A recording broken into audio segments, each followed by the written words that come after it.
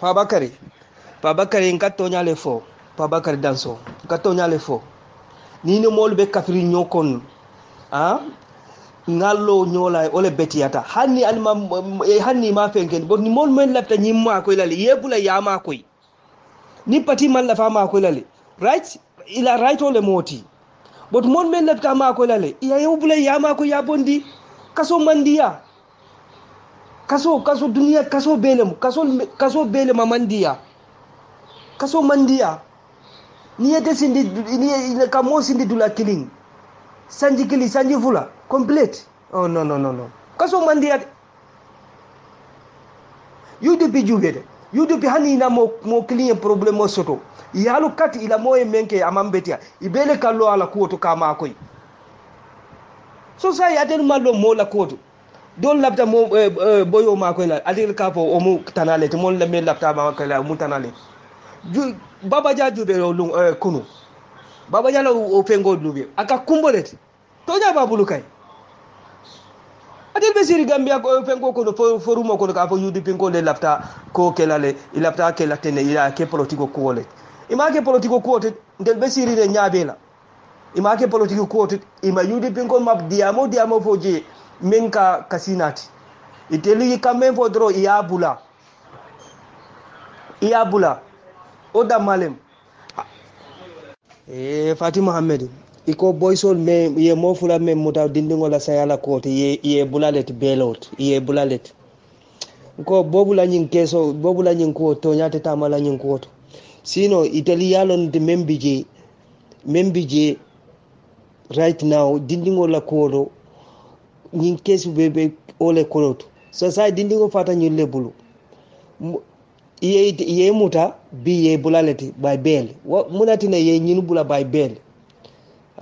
sayale kita nyinu bulu inyanta nyinu mutala le ye samba kito da foni kito ye ipenge di tambe ye bula musundingo ye mempo to nyabe musundingo bulu musundingo be jigri ni fenelat musundingo alani last video ay mempo abe jigri ni fenelat ha boya ndel malu membe kere mboto musundingo be jigri ni fenelat ima nyim mo fula ime bula bay bel musundingo ita nyim musundingo to har nana ta jang ita dia mo moy la police le ka potende tende talbo baraka ngela dia mo sino talbo nde ka nde discourage talet ma nde ka nde discourage talet ba nde discourage talet sino ni ya check ni election men tambeta ndenga na tiketo le kunti jang kata Gambia kata nyi campagne la nyi election la court ageni nga me espeli nga lonnet pati kono amum pati la kay fen konet nene ma odi na har ba din klinet bon nin ko sifa na da fo defana ye kamfade boti comme ya explain di nyame nga understand ni pa bakari fana nata danso yalo ita badi ngone mu de kamara le mu de na ya explain de ka fo ntel be janneti nyine keta je olatina ye tiya gaso fay del fana la hakilo be tenkulale ya fam abaraka talbo nyine betiyata ni ko fenketa dron ale funti ale na ale ko senyandi telephone ya del fana membe banta nyine be keri njande mul balo na membije yo talbo konjira abaraka bake talbo yemem fo lata wolela abaraka bake ngela diamo moy ngalo katti te kay ye fem fo ole bije ole bije problème ti nga famu membije nga understand ngela diamol be la moyleti ka même fo nga la moyleti talwa no abaraka bake ngalo ko memu fenko la koto ite kay ma koyro le mu pati la koto pa ya manke pati fango la fenkoti ko mu kaira koti ni ibelo la ojeleti because ni nene tambita kule kono nga fo e dron jannin ka fo itela nga fo molela imake boti nga fo itela dron iko mbatu 30 minutes kono o 30 minutes sita dron yan kumandi ko afo ila badi ngole yena kabiri manda ite fango nyata kumandi ko to ka iko afo ila badi ngole yena o da mangalo mole muiti abaraka bake ngela diamo la moy fa bakare nte kabri lungo me mol funtita itata je ntenga namo jama leje nyaton kol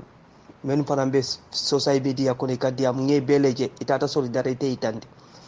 nte ka mempo ndeni tela dia mol mantra me kukli nte ka me nko nte ka ni dole jabi ako MC Chamunyol ya MC Chamunyol ko inyanta nyimbulalale ani UDP nkol so itelibeta la solidarité itandi so ni ite ako nyinu yake politiko leti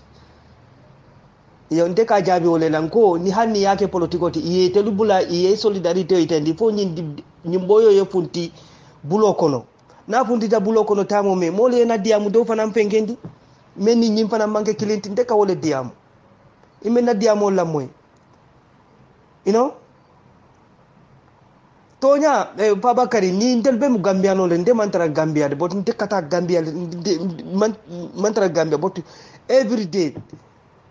nka tara penko jubelale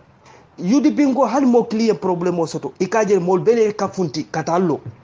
ikata mari makoy iyalo ne dila moye menke aman tonya tabul boti kalo lete ala koto ka pengen fo yabula UDP ngo jamae problème o soto Gambia ima dol bije nyalata lay siwoto kasoto ye karu ima karu kilinda maleke penkoto ye bula karu kilindro no ageni ye charge le ya fo le nyanta nyina fenge ime charge ke ka fo ye sententis iko nyanta nyin nang ni felita nyanta nyin nanga moleke la kasoto mo be yalo ne ye menkes ye luale baile ima naibula you know mbe udu diamole la Fabakar han binteni debe magnole famudro nyinu ko ikata la solidarité le itandi iko ibe la solidarité le ba mek solale so ni fo ni right o soto al right biko tonya le mu yala right o violate let ni mo ni ka sorong asoro ni ba bula la bula kriye jotina la nyim problemo kabriye pengendi manta kito la karukilindro ye bel ye bula ni mallo je ka dunia benning nendiri jama iye mune kay lay ma fenge ku dol be kerin Gambia dol ye mol sopileti iye mutaleti iye lokum fula damale ke fengo kono iye bel hanbi iye ibukata iye bel leti abanta ni ko beta la solidarité le itandi so ni moko e beta la solidarité itandi ali bula yeta la solidarité itandi del be mu Gambiano let del be ba clean fa clean net ndebe min ka diam fa bakari imantelo botin tengelo kendeke ngelo na kendeke ni benta je state house la mitino kono sinya fula fo sinya saba ni sita na sirango manjam fanyola you know boni tonya na tanga tonya fo so ni yapo tonya ka fo public amambeti ya omu right let yeah boti dol bije ni yapo duma amanta afo public okono yafa Fabakar ngela diamol la moy ika mempo nyinu lafta banko e marabalia ngamira UDP ngol ma banko marabalia ndilet UDP ngol ye menke Gambia kono ni MPP ngol ye okay ibe soro nale UDP le ni 3 years dotinali kabri Adama Barrow sita ye menke Gambia ni MPP ngol ye ola ibini kemela mu ni ye kilinda maleke dro ibe soro nale UDP ngol fele me bula ibe yairin men me nyandata la isi woto kasoto ifele me beli ifele yairin you know ngatonya fo nyola ba Fabakari jamu dunia leti ikaranta leti yalo membe ye mensa fe kuriana kono tonya damma hada madingo nata tonya leti ngata tonya leti yo malkiyama tonya damma le kamol kana ndi je fanyate mo kanandi la je ya fan understand ika meme tapali lafta boyo nambara lale ilafta nambara lale ilapta boyo nambara la le ndel fana nyanta wuli la le nga ndel memu ala fenko ti nga wuli nga mapo mole baile soke o mambeta na fatal bodi yeta ye ila solidarité itandi o mu ila right let ila right le moti yuti pinkol ka kuke Gambia kono natara MP pinkol ye oke hani Amerika tala kasoto dareti be soro nale diamo tije be soro nale munatina obeke because itelu la mo hani ila mo ye tonyiroke ibele kata yama ko yabondi mbudde la mol be sirindoro ni mo lafta mo ma ko la be sirini ba fola yudi pinkol le lafta ama ko la lafta ke la politique pinkol leti ni lafta ke la politique pinkol njenyanta dia njenyanta nde ngalo ite fa bakari ngalo ite munte la moleti idunta kuo kono ndete ma ko la ningeje momo enke ma ko imbe de lale o ngata maria na mari ngembulu hanni na mari mun na enemy ngalo na enemy lem mbetala le na e kafu nga tra nyema koy ila enemy obekela ila teroti ila tero obekela ila enemy ti ya fam ika même fana fo ka fo musundingo la badingo be patir ko to nyalem ya bot ni to nya na tanga to nya fo nyola jo ni state la moli e même fo ima to nya fo je atelu ko mom même fata itelu ko wala yolo ta nyaadi kabri e fenge di ko nyaadi ko janni boyo kataleti itelu yate atela yolota yala yolota jomale mu weakness otije jomale mu la sedot iye la faniyaje ibu kamira ka fonte be falale yomale kiyamata ala be kiti bondela le ngadi amodi nka pepe ke dunia kono ala be kiti bondela bo watele yake amake o abe ani ala tema ni ya soro fana it's okay ala jinubo ye kana kafari dunia kono ani ya soro fani yale kaneti yo maliki amata ni ya kiti ngamira yo maliki amatu la jorole di beti ata katambi dunia la joroti because dunia ni baluta nyin dunia kono ite sanji ulikili balulale nyin sanji ulikili dunia kono yo maliki amatu lunkili ndoro lunkili komi lunkili yo maliki amatu nyanta mirala le bake nga duwa woke dor alaman ka inya junubol be kafare kabiri nyinna kuwo fenketa ndenene mandiamu nyimbo ndenene mandiamu nyinna ke squat nene mandiamu kabiri nyinyi MPP ko men kadiamu ka fo MC chamu ni yudi pinko le la ta fenken depundi tawle la kadiamu na kay diamu ndi yobula ni MC chamu ni yudi pinko fundita iko e ba mek solale ya e bobu bula ila right olem ya try ya bondi bodi ni mon la tamo ma ko la ide man la pa mari ma ko la ka wol fanan discourse ndala ko to man betia no dia mo bula politiko nana ta nga politiko ke bo nana ta fenko le la right fenko le ta nga ofo abanta nyimbo nyinjo be lungo paralu nyimuta nyame ika dete nyame ya me hanni mbuti hanni ni nyimbula wallahi ni anyanda tala ala balu nyanda aya badingol nyanda wulale ya pengen bak because ka ni nyindete yo nyame ten ni ate pengerin nyanda bala nyolela del bem fondin ko woleti kudo bije naya ila bonyo soto ite fana nyanda lo naneti menga nyin soto sama benana defana soto leti ola tina ni jambaje mo la balo la bado mo kana afa uli molia kana fo uli ala de afa uli mola yeah. Fa bakare na diamo la moy ntema ntenene ma oje kabri yen nyimuta ntedia muta mo jamale la nyina koto ya fam natara nyina su kambano le sembo soto katambi molla fenkote kafo musundingo yaje musundingo kabri musundingo lota social media kafo mba make sola le nga nyin destroy something is going on because it be kito kono it need to lota social media iko ndebe make sola le nga nyin destroy ngala life of fenken something is going on ni musundingo be jigiri ni fenena fa bakari nga tonya ponyola ni mupondinke woleti ni kamu ni ba sentence la ya charge ya penkendi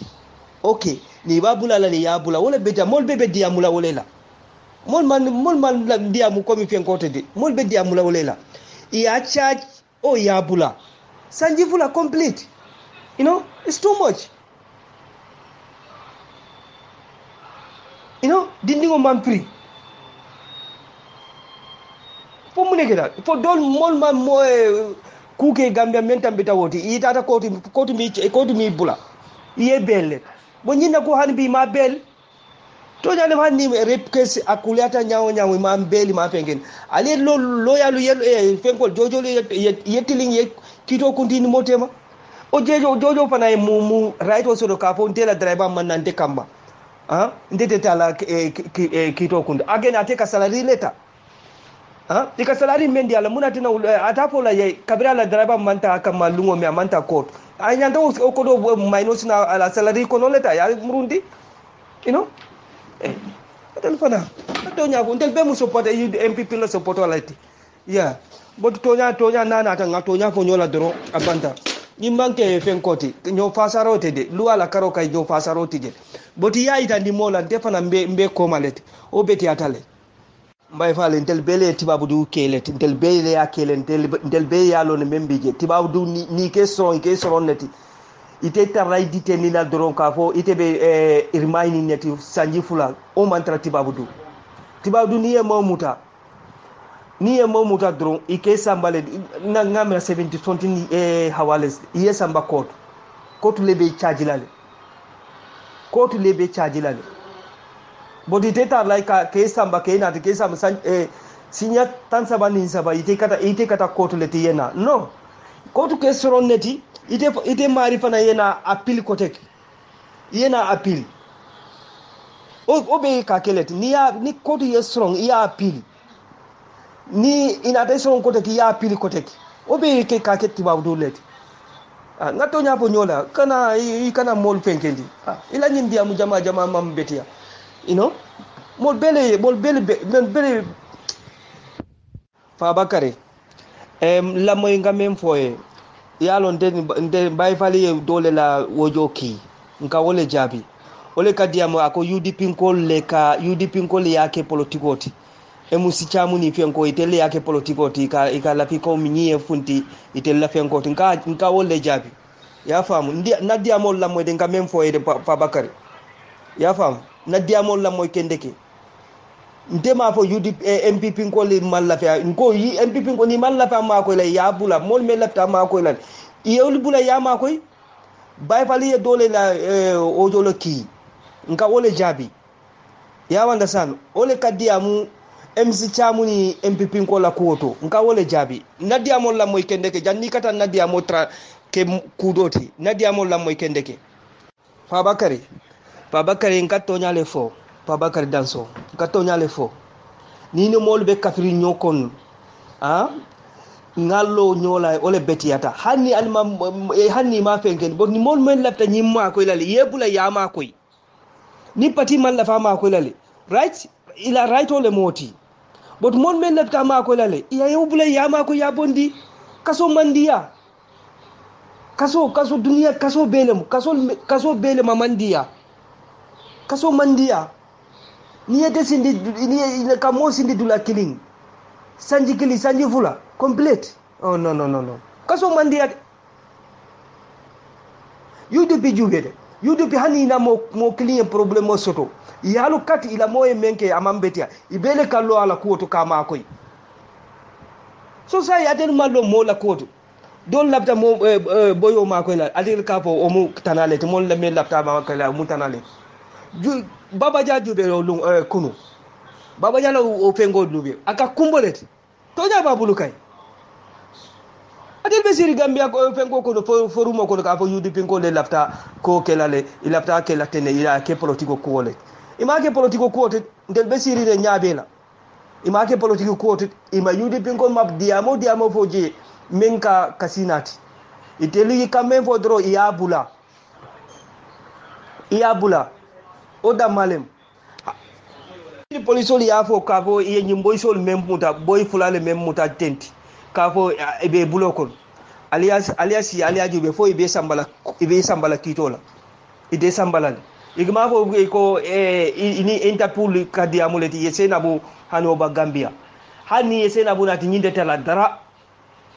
aje last time police ma fo boyo menga mo sutu jana ayafa aborita tada senegal ya muta yanati so ala kito du kida nyati kito sinya jol ki ngol ba polo ya ma jojo ma fo nyinna police la yena boyo be dula yanati kito la yanati le ika molla hakilo leta ika alla hakilo leta to ya mantra tamari nyina ko dinata to nya be tamari ya kito kuntu sinya kili ni wabula le yabula ni basoro na le yasoro olem bor kata paniya bafo ka fo atelier dindingo la yolo taleti jane jindingo kafa o mu faniya baleti yesila ini alla tema yo maliki amata alake nyinin kaleti ye diamo fo ye kuoke alake nyinin kaleti ni telu sembo bela ye bobu ponisi dunia kono boti yo maliki amata fana sembo te bulika bobu ponisi ima usembo soto ka ponisi yo maliki amata nyin ke ba mali ni la dingoli ni imam malu ka o fanya bafo public utent ka fo ndeli o dindingo la yolo tale ka beri fenko ilafta dindingo ilafta bobu le mantoro lale ilafta nambara lale because ala dimpula membe muso bulu ni sa ay bo fenko ko ko okay dro ibeta la nyin dindingo fula la yolo le ta yanati yafo o mu muhammad ya yolo le mo mem fata yolo betar la wala balo kono nyaadi mo mem fata yolo betar la wala balo kono yolo bele katalet hari jiyo tije no mbay fa len te ngalon neti membe bod nyinka mempo ka fo yudi pinko le lafta e protigo dunde awo kono mbe wole la ayo bula nyi momo fundita kata solidarité itani nyina ibala kairo le nyini kanten nyina kito kabri nyi ye nyimuta mbay fali na oni saintema domande ne yamo MPP ko le tata lo nyina kito dulala kata ibin la moyrola o itata komi kata visit inene make itakelale même ila problème oti kabri lungo me alay bambo lemu folo ya atele folo ya safi ala pejo kono kafo bobu ketala fenko membe na la ate ba fola gambia yutola ye funti yeta ila solidarité o itandi after nataje fatunya fana ya safi yo kabri wo fana ye baba jani ala bora ani muhammedi yo after nataje telefona yaje ya safi kafi beta la solidarité o itandi ni molta ta ye solidarité o itandi o manke problème o tinteli MPP ko la mol la diamo fangole siata itete momo akoy lale monni modol lapta ma akoy lale ya bule ya ma akoy ay funti bata kono ajube ba nyin kendingo ye ala wala fenko kito le ya muta nyame ha police on nyin detele to fo ay akala fi pala ibul you know kaso hanni kaso adima mem kaso ti lungo ika kuleti ikata fenko la basket pilola ikata karangola ikana ila fenko kono abele bije akoli atala siri afrika la kaso be nyame amange tilifulati amange lokum fulati sanji fula completo you know ikata dindi ikaboyo falim fili ata tonya bola ni albasoro na la dia soro ni ata soro adia pula abe molet nyinjojol fana la fenko la mansakunda la defenseur fana la fania jube ba itel ko itele boyo la fenko talent janio kafa you know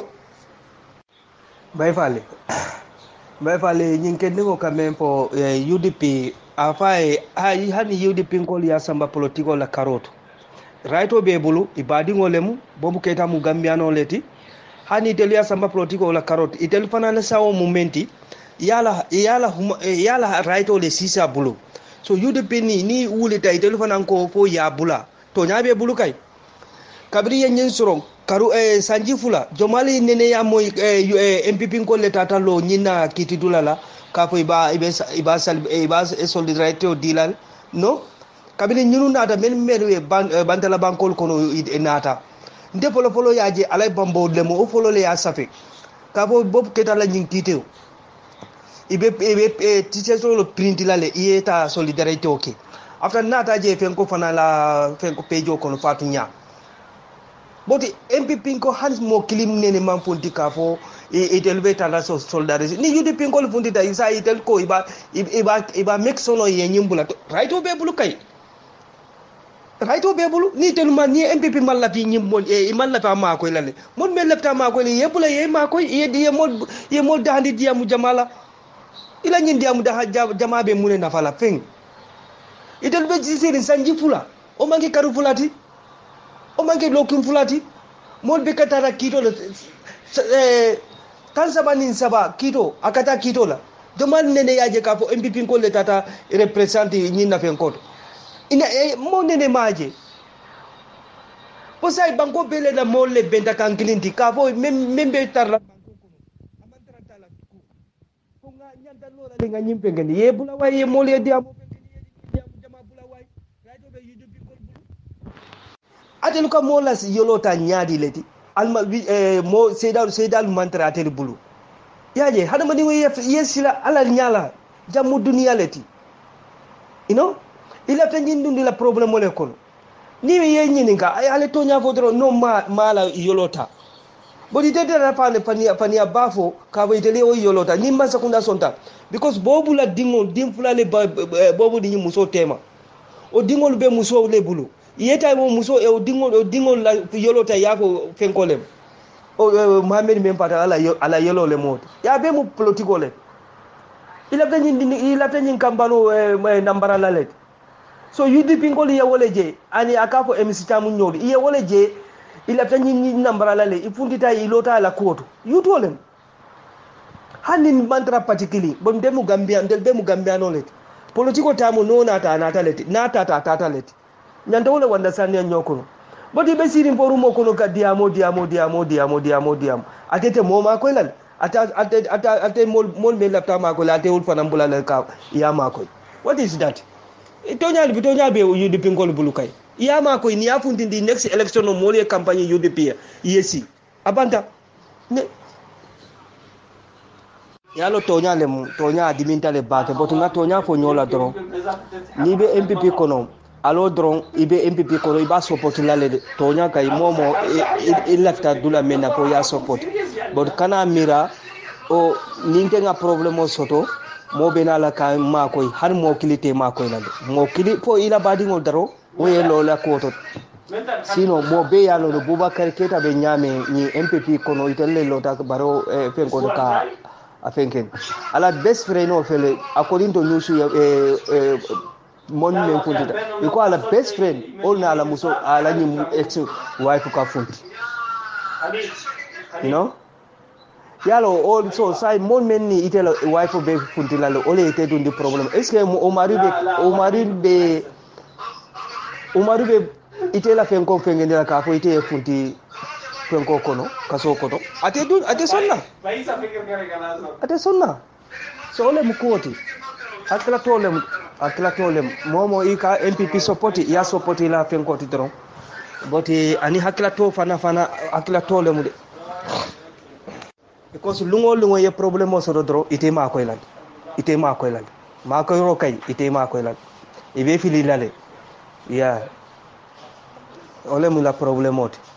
so musa e men foye dron o toñale moti MPP te mo ma koy lale ay nyini kamen aliya fo ay kabri MPP lota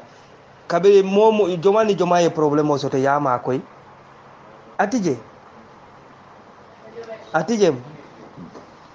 atije pati kono ka fo kari le problème so to ya ma koy non assalamu alaikum beta gambia molu ngal konto ni tanata nte fanala yo ngal be konto lami toure nyinkendingo musa seydinto aka men fo komi na ya fo MPP buka anyo MPP mkol ma ko to nyale moti kana ala diamo so de UDP mkol ijube de ha UDP mkol itelle to nyiroke ibele kawuli kamari ma ko boti del MPP ni te ya problème soto dron abanta moda mantra ila koto ay to yale fod bul ko kum ku kilinya dro aka na ite pangola personal kono ole mambeti ya politiko kono botaka mempo MPP la kuoto akatonyale fode because ni ache ki nyimu sundingo na tele kambano le sembo soto Gambia nyao ngamira barole sembo soto katambia tele kambano ti oyelo ka fo nte ba mek solale ila hajo e tinya ila ko be tinya you know ni ache ki bobu keta kabriya muta almost 2 years domalle tata ajube MPP ko tu kafo karle tata jube o karle tata ala case attend nobody fosa inde indenga je last alale o last do penko mol funtita na manke har mo klima funti again aite mo be yalo ye nyin soro mo sifa men kanet mol be yalo net you know adimintale ni tonya kai Fabakar han binteni debe magnole famudro nyinu ko ikata la solidarité le itandi iko ibe la solidarité le ba mek solale so ni fo ni right o soto al right biko tonya le mi yala right o violate let ni mo ni ka sorong asorong ni ba bula la bula 3 years jotina la nyim problemo kabriye pengendi imanta kito la karukilindro ye bel ye bula ni mallo je ka dunia benning nendiri jama iye mune kay lay ma fengen ku dol be kerin Gambia dol ye mol sopileti iye mutaleti iye lokum fula damale ke fengo kono iye bel hanbi iye ibukata iye belleti abanta ni ko beta la solidarité le itandi so ni moko e beta la solidarité itandi ali bula yeta la solidarité itandi del be mu Gambiano let del be ba clean fa clean net ndebe min ka diam fa bakari imantelo botin tengelo kendeke nyelo na kendeke ni benta je state house la mitino kono sinya fula fo sinya saba ni sita na sirango manjam fanyola you know boni tonya na tanga tonya fo so ni hapo tonya ka fo public amambeti ya right let yeah boti dol bije ni hapo duma amanta afo public okono yeah fam